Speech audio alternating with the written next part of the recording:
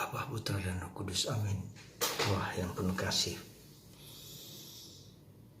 bantu kami supaya tangan-tangan kami berbuat baik, mulut kami, pikiran kami, kata-kata kami, hati kami berbuat baik. Karena itulah yang menyelamatkan kami semua. Bantu kami ya Bapa, supaya kami seperti Yesus yang selalu berbuat baik dimanapun juga. Terpujilah namamu kini dan sepanjang segala masa. Amin.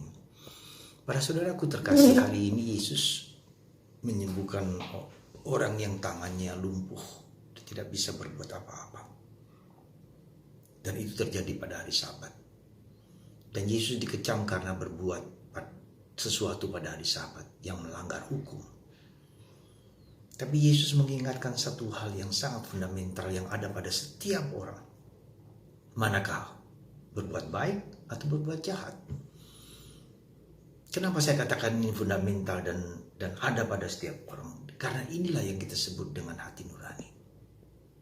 Lakukan yang baik, hindari yang jahat. Lakukan yang baik, hindari yang jahat. Itulah hati nurani. Itulah yang ada pada setiap manusia. Yang melekat dalam kemanusiaan. Ketika kita diciptakan, setiap orang diberi karunia, lakukan yang baik, hindari yang jahat. Dan itulah yang menyelamatkan kita. Dan yang baik itu apa? Yang benar, yang mulia, yang indah, yang menyembuhkan, yang memberi segala sesuatu rahmat ke sana. Yang jahat itu apa? Boleh dikatakan 7 dosa. Marah, malas, cabul, serakah, kikir, sombong, iri hati. Jadi ketujuh dosa itu adalah sesuatu yang jahat. Nah, itu kita lihat pada Yesus menegur orang Farisi dan ahli Taurat itu yang hanya melihat aspek larangan, hukuman kalau melakukan pada hari Sabat. Tapi Yesus mengingatkan kembali bahwa betapa penting kita mendengarkan hati nurani kita. Dan itu yang membuat orang bahagia atau tidak bahagia. Itu yang membuat orang tenang atau tidak tenang. Lakukan yang baik, hindari yang jahat. Prinsip dasar ini harus menjadi karakter kita. Menjadi sifat kita. Setiap orang, maka kita berbuat baik kepada setiap orang, entah agama apapun, entah suku apapun, entah siapapun. Berbuat baik. Kunci dari kehidupan manusia. Kemanusiaan kita adalah kemanusiaan karena berbuat baik. Dan menghindari yang jahat. Maka para saudaraku terkasih, Yesus mengingatkan kembali prinsip dasar dari hidup manusia. Prinsip dasar yang melekat dalam kemanusiaan, siapakah dia? Jadi kemanusiaan kita berdasarkan hal tersebut. Yang baik, yang indah, yang mulia, yang luhur. Yang empowering. Bukan yang dispowering, bukan yang mengejek, bukan yang merendahkan, bukan yang menghina, bukan yang ngerasani. Maka dikatakan mereka mau membunuh Yesus. Karena mereka tersinggung. Karena mereka hanya berpegangan pada hukum dan peraturan. Jadi sekali lagi para saudara, bahagia atau tidak bahagia adalah bahwa kita melakukan yang baik. Damai atau tidak ada melakukan yang baik. Di atas segala sesuatu. Nah, itulah buah dari ciptaan kita manusia. Buah dari ciptaan.